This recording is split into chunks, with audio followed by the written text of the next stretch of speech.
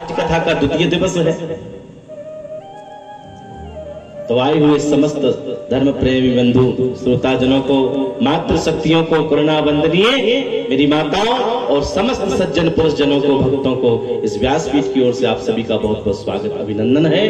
और मंच पर मंचासीन समस्त विप्र समाज के चरणों में प्रणाम। संगीतज्ञ भैया समस्त आप वृंदों को बहुत बहुत साधुवाद धन्यवाद के पात्र हैं। और सबसे बड़ी बात तो यह कि हमारे साउंड वाले भैया बैठे, इनको भी मैं बहुत बहुत धन्यवाद देना चाहता हूं, क्योंकि इनके ही द्वारा जो मेरी आप ये कंठ मधुर बना करके आप तक पहुंचा रहे हैं वो इन्हीं की देन है। और दूर दूर तक बैठ करके ये जो आप श्रवण कर पा रहे हैं सुंदर शब्दों में, ये सब इन्हीं की देन है, साउंड सर्विस, क्योंकि इनके बगैर भी काज नहीं है कि नहीं। और हमारे सामने कैमरे वाले भैया बैठे हैं श्री नितेश जी, उनका भी बहुत बहुत धन्यवाद है। ये वीडियो के माध्यम से, यूट्यूब चैनल के माध्यम से, फेसबुक के माध्यम से जन जन में इस कथा का प्रचार प्रसार कर रहे हैं, क्योंकि प्रचार प्रसार बहुत अनिवार्य है। धर्मो रक्षति रक्षितः। हम अपने आप को क्या कहते हैं? अच्छा बताइए, हम कौन है? हमारी पहचान क्या है? हम सनातनी हैं, कहते हैं ना, हम सनातनी हैं। तो सनातन धर्म का हमें प्रचार प्रसार करना है, ठीक है ना। तो आइए हम आज कथा में प्रवेश कर रहे हैं। उससे पूर्व 2 क्षण भगवान का नाम संकीर्तन करते हुए आज की कथा में प्रवेश करेंगे बड़े ही सुंदर ढंग से। श्री राम जय जय राम, श्री राम जय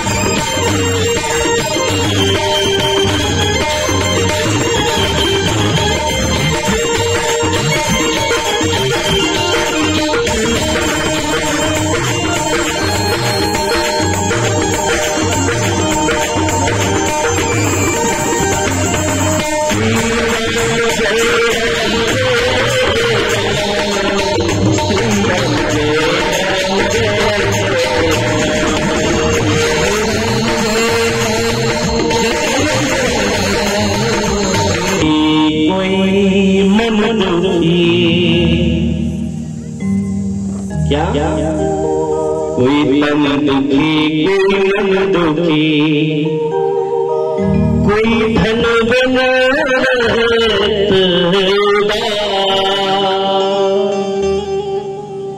थोड़े थोड़े सब दुखी, सुखी राम के दास। अच्छा, इतने भक्तगण यहाँ पर बैठे हुए हैं, हम आप सब यहाँ पर अपने हृदय पर हाथ रख करके बताइए कि कौन सुखी है। बताइए कौन सुखी है। सबको कुछ ना कुछ कष्ट है। कोई तन दुखी, कोई तन से बेचारा दुखी है, बोले अटूट संपत्ति है। कोई कोई कमी नहीं है धन वैभव की घर में।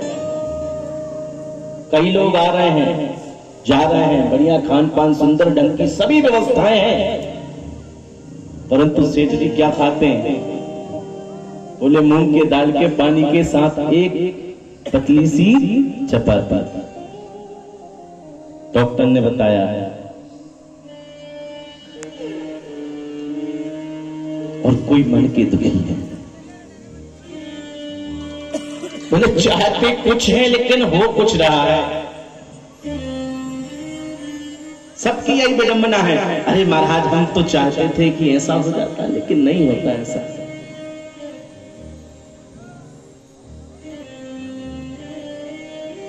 सब समस्याओं से घिरे हुए हैं। पिताजी चाहते हैं कि इकलौता बेटा है मेरा, अच्छे सुंदर कन्या देख करके अच्छे घर में विवाह करेंगे, लेकिन पता क्या चलता है, बेटा घर की नौकराती के साथ भाग भाग। मन बड़ा बेचैन है, बड़े दुखी है, कष्ट में। और कोई धन बिन रहत उदास, दिन दिन भर बेचारा मेहनत करता है, थोड़े पैसे मिले उन पैसों में घर को चलाना है, माता पिता की दवाइयां, घर की सामग्री, बेटे की शिक्षा के लिए क्या करे, खुद खाए या परिवार को खिलाए, क्या करे। इसीलिए कबीरा सब जग निर्धना, धनवंता नहीं कोई, धनवंता सोई मानिए जाको राम नाम धन होई।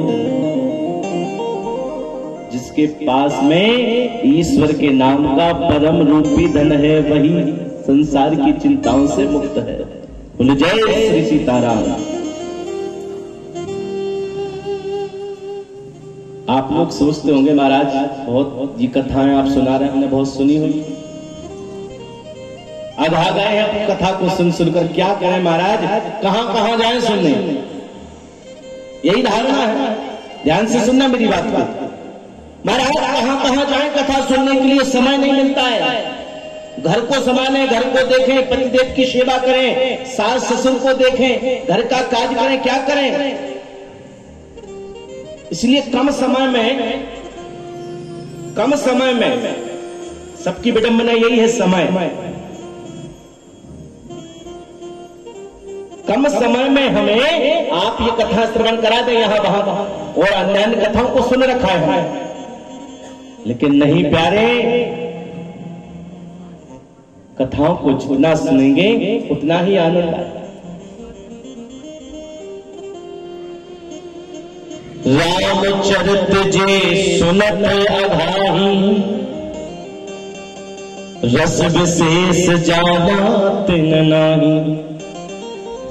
जिसने भगवान के चरित्रों को सुनकर के, भगवान की कथाओं को सुनकर के ये कह दिया महाराज बस बहुत हो गया, अब तो आ गए सुन सुनकर, इसका क्या मतलब हुआ, क्या तात्पर्य है कि रस विशेष, उसका वास्तविक रस क्या है हमने उसको जाना ही नहीं, पहचाना ही नहीं।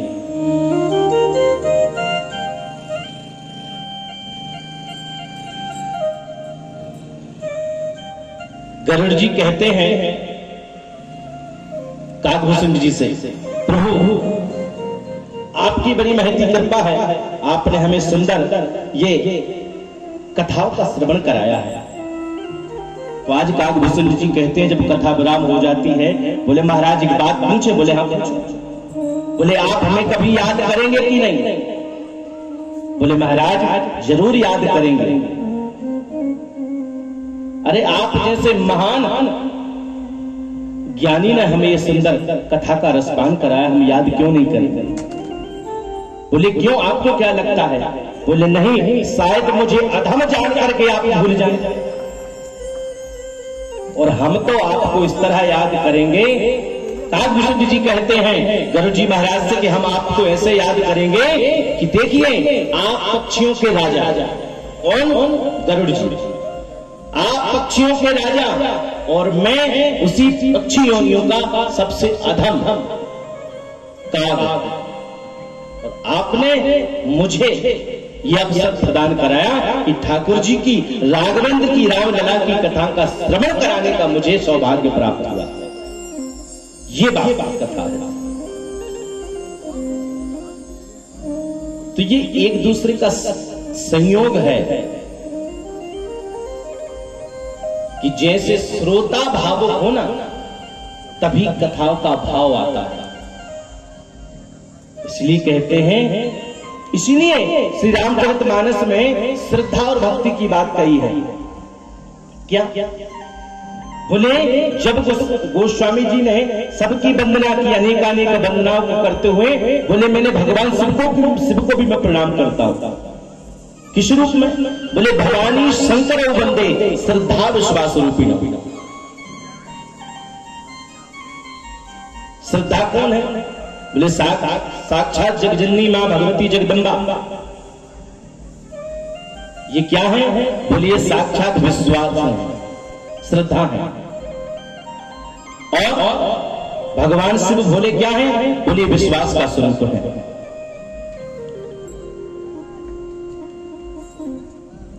अब भगवान तो अजन्मा, भगवान शिव तो अजन्मा है, परंतु मां भगवती सती थी।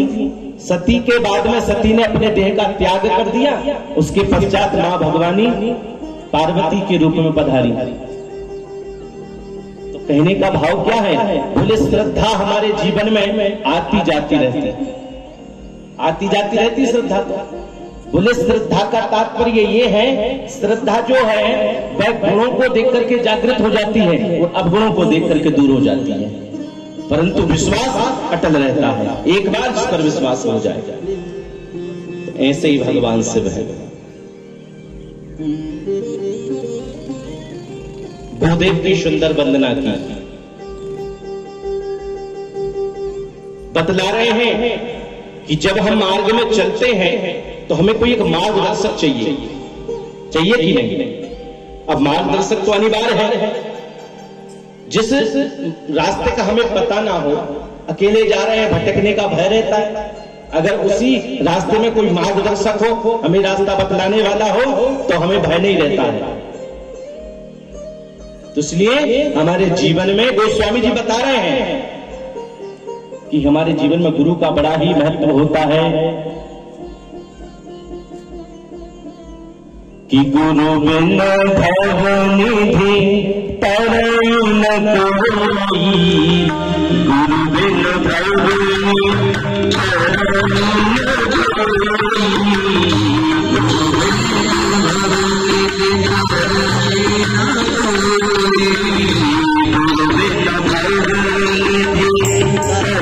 न कोई।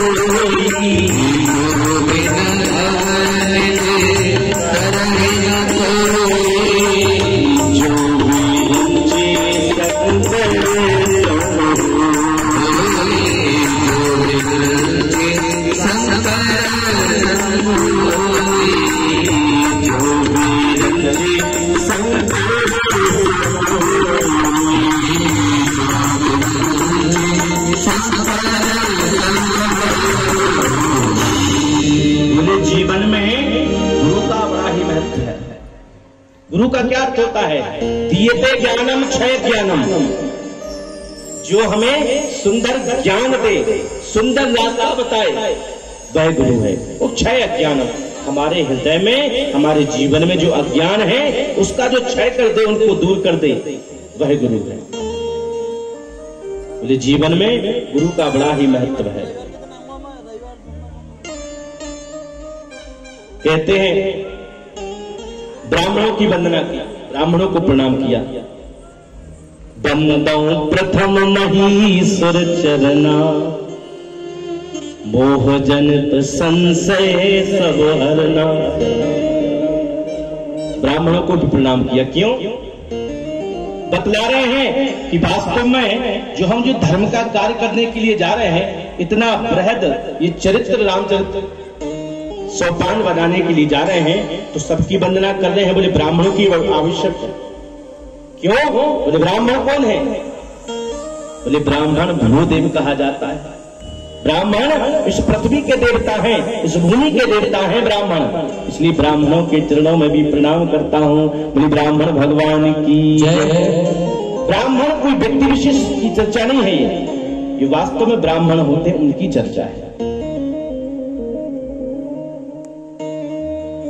बोले वेद से संबंध है ब्राह्मण का। वेद प्रणीतो धर्म, धर्म न दूसर सत्य समाना, आगम निगम पुराण बखाना। बोले सत्य से बढ़कर के कोई धर्म नहीं है और नहीं असत्य सर्व पातक पुंजा। सत्य कौन है? बोले परमात्मा। और परमात्मा बोले साक्षात वेद स्वरूप। और उन वेदों का गायन कौन कर रहा है? बोले ब्राह्मण। देवाधीनम जगत सर्वम मंत्राधीनं च देवता, ते मंत्रा ब्राह्मणाधीनं तस्मात् ब्राह्मण देवता। देवाधीनम, इस सारी सृष्टि सारा जगत किसके अधीन है? देवताओं के अधीन है। और वह देवता भी किसी के अधीन है। किसके अधीन है देवता? बोले ते मंत्रा, वह किसके अधीन है? देव मंत्रों के अधीन। मंत्राधीन च देवता। अब बोले मंत्र भी किसी के अधीन होंगे। ते मंत्रा ब्राह्मणाधीनम, वह मंत्र किसके अधीन है? ब्राह्मणों के अधीन। इसलिए ब्राह्मण देवताओं के चरणों में भी नमन कर रहे हैं, प्रणाम कर रहे हैं। बहुत वंदनाएं की। अंत में कहते हैं कि गोसाई जी ने खलों की वंदना भी की। बोलो जय सीताराम। खलों की वंदना भी। खलों की वंदना क्यों की है? बोले अनेक प्रसंग है। बोले सबकी वंदना तो कर ही रहे हैं, लेकिन कहते हैं जब कोई हम अच्छा कार्य करने के लिए आते हैं तो सबसे पहले भय रहता है काम बिगाड़ने वालों का। बोलो जय सीताराम। खलों की वंदना इसलिए कर रहे हैं कि भाई हम इतना सुंदर कार्य कर रहे हैं, कोई बीच में अगर विघ्न उत्पन्न हुआ, खलों ने आकर के कुछ किया तो बोले इसलिए उनको भी नमन कर लेते हैं। अब एक बात बताऊं आपको, राक्षस और देवता क्या फर्क है इनमें? राक्षसों में और देवता में क्या फर्क? बोले अत्यंत गुणवान भगवान श्री रामचंद्र में, अत्यंत गुणवान भगवान श्री राघवेंद्र सरकार में भी जो अवगुण देख रहा है वह दैत्य राक्षस है। और अत्यंत अवगुणवान रावण में भी जो अत्यंत अवगुणवान रावण में भी गुणों को जो देखा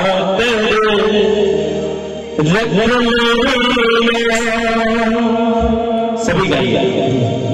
मुझे दास बना भगवान